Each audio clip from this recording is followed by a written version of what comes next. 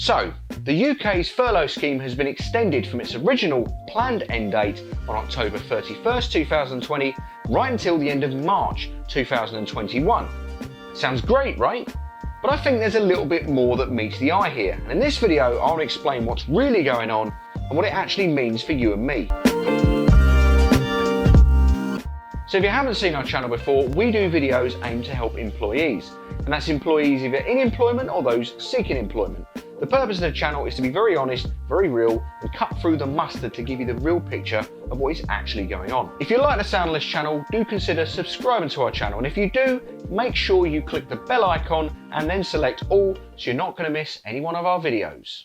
So why have the government really chosen to extend the furlough scheme? And why have they chosen to extend it so long, right up until the end of March?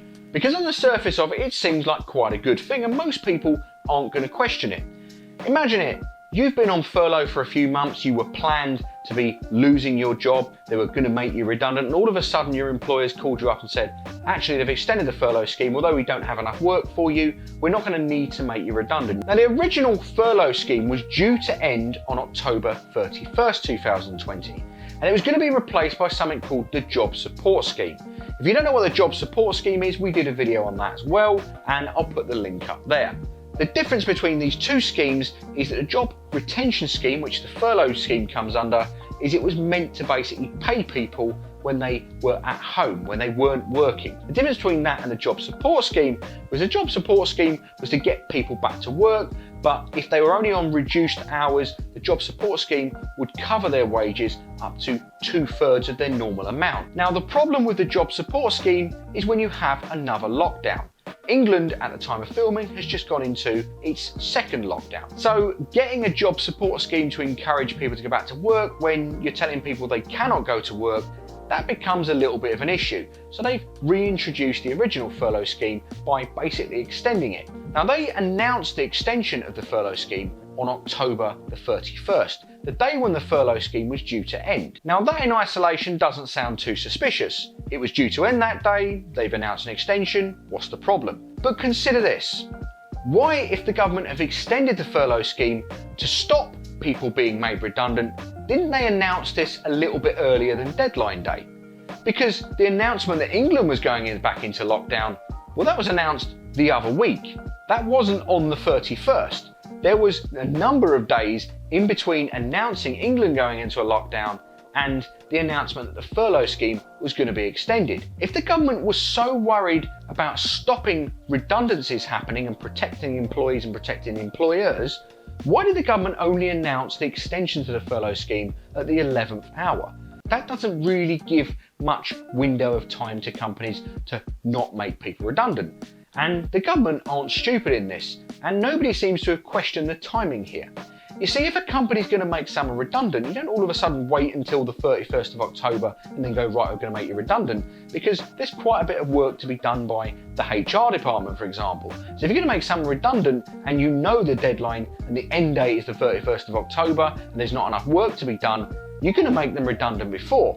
And if all of a sudden, let's say a few days before the end of the month, the government announced another England lockdown, then all of a sudden you're going to put a real rush on making those planned redundancies. You're not going to be waiting until October the 31st.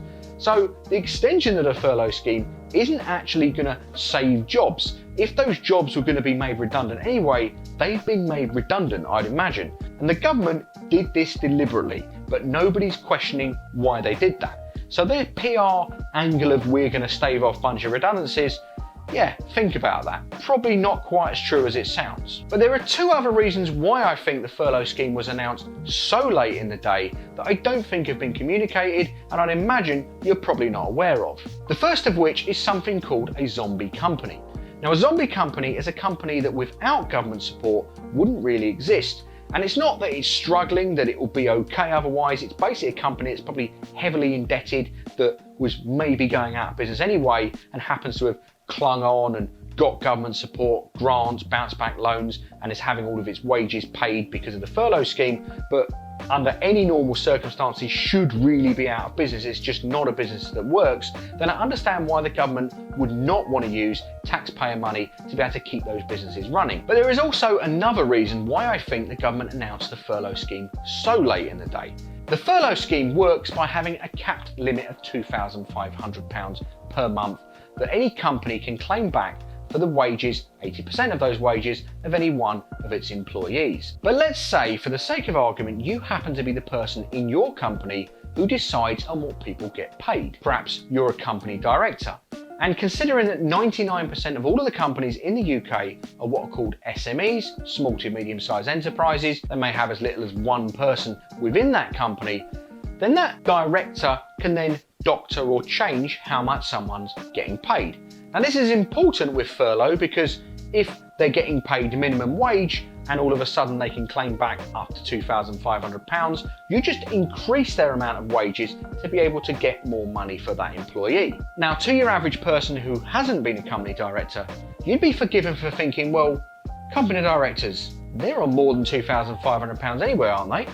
If there's a cap limit of £2,500, if anything, they're not going to be able to claim enough money back to be able to cover their wages. Surely that's right, isn't it? Well, that's not really how it works. Most company directors pay themselves minimum wage and then claim back the rest on what's called dividends from company profits. The reason companies do this is because there is a bit of a nicer tax bracket if it's out of a dividend from company profits. And there's other ways that a company can move money around legitimately, bear in mind, in order to save tax. So it's in companies' interests to often pay directors the minimum wage, certainly if they own the company anyway, or pay yourself that, and then top the rest up with a dividend. So under those circumstances, what's stopping a company director thinking, well, I deserve a little bit of a pay rise, let's move my money up so I can claim all of the £2,500 per month rather than be on the equivalent of 80% of minimum wage.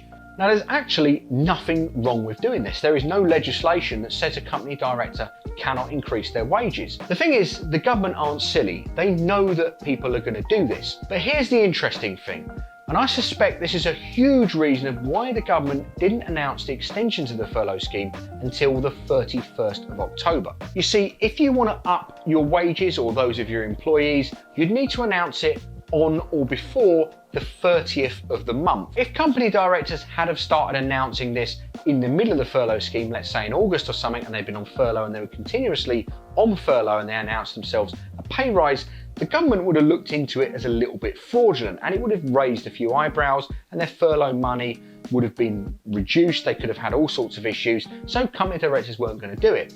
But if you're thinking, well, the end of the furlough scheme happens to be on the 31st and November's going to be out of the furlough scheme, what I'll do is I can legitimately announce my increase of wages now in October to be paid more money in November. I've got to announce it on or before the 30th of October if I want to do that for November.